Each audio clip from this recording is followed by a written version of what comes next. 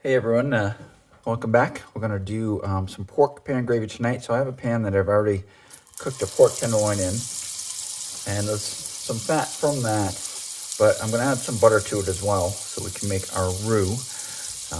The ingredients we have here is garlic powder, onion powder, some thyme, a little bit of celery salt, and some black pepper. And I have some flour here that we're gonna use to make the roux with for the pan gravy. And I also have some pork broth that I made right here. And that I made by blowing down some pork bones and some veggies and stuff like that. But you can use a combination of chicken and beef broth to kind of make a neutral broth for this, because pork is more of a neutral flavor type of thing. So, all right, so I've got some more butter melted there. And I'm gonna just put a little bit of flour in here until I get it the consistency that I want. And it's all right that we've got those burnt on bits on the bottom. That's good stuff. That will come off eventually once we get the broth in here, and they'll add to the flavor of the pan gravy. So you wanna keep stirring this. You don't want it to burn. You can see some of those bits are starting to come off already. A little bit more flour. I've got about a half a cup total sitting here. And actually it looks like that's a perfect amount right there. So I used about a quarter of a cup of flour for that. And you just want to cook that so that it doesn't taste like flour. It should have almost a nutty flavor once the roux is cooked. About 5 minutes, 3 to 5 minutes or so of cooking. You don't want it to burn. All right, you can see how there's some dark specks in the roux, but that's fine. That's just the good bits from the bottom of the pan. And this is usually a fairly quick process. So we've got that sitting there. And now I'm gonna take some of this broth that I have, and it has to be cold broth. If you're using hot roux like I am here, then it's going to be cold broth because you will get lumps. If you're using hot broth, then you want to have roux that you've already cooked and is cooled down. So we're just going to pour this in here slowly, and you'll see it thicken up as I'm pouring it. A little steam there. All right, a little bit in there, and you'll see that thicken up nice as we go along, and you can see some of that color coming from the bottom of the pan there. So see how that's getting real thick. So that's a lot thicker than I want it. So I'm going to add a little more here. Let it cook down. You want it on like a medium high heat when you're doing this.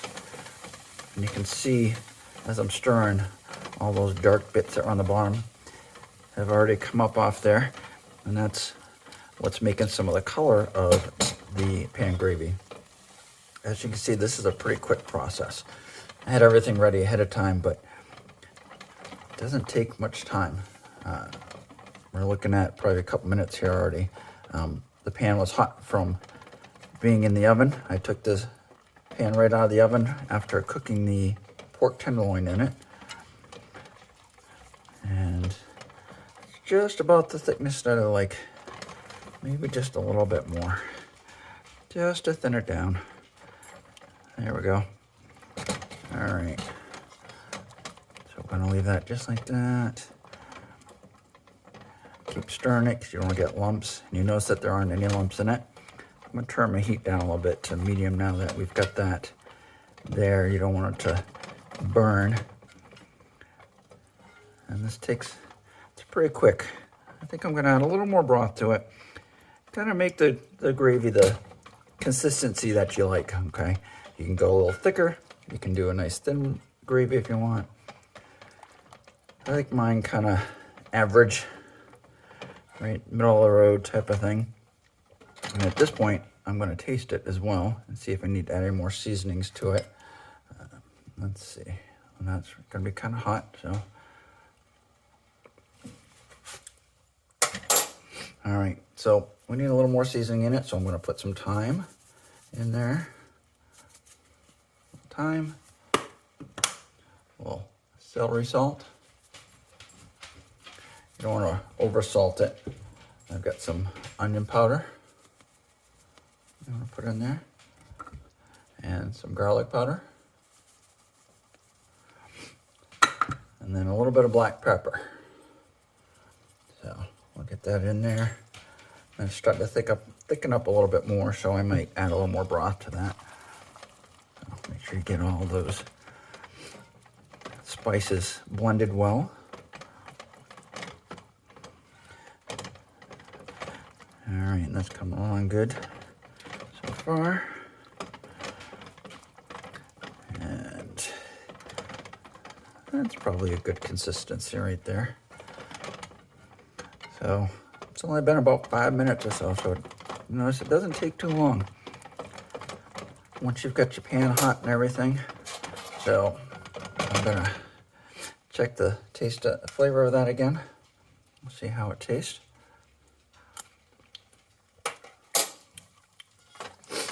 It's a little better. I think we could probably use a little bit more onion powder, a little more garlic powder. Don't want too much. Don't want to overpower it. You want to be able to taste the meat. A little more celery salt. And I am a big fan of thyme. It's my favorite spice. Put that in there. All right. Put those in there. And it's thickened up a little bit more, so I'm going to add a little bit more of this broth to that. Thicken it down just a little bit. And that will happen as you cook it. It'll reduce down and get really thick. So, all right. I think that's a little bit better as far as consistency. All right. And I'll let that cook for a minute. Get some of that flavor from the spices incorporated. All right, and we're gonna taste that again and see how it is.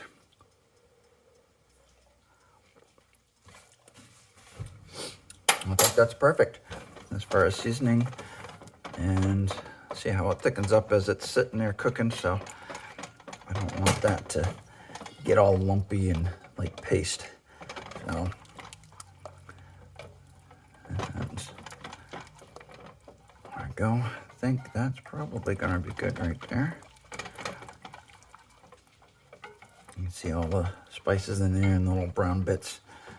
How that colored that gravy right up nice. All right. And that, my friends, is a pan gravy. You can do that with chicken. You can do that with like a pot roast. And don't forget to like, share, and subscribe. Thank you.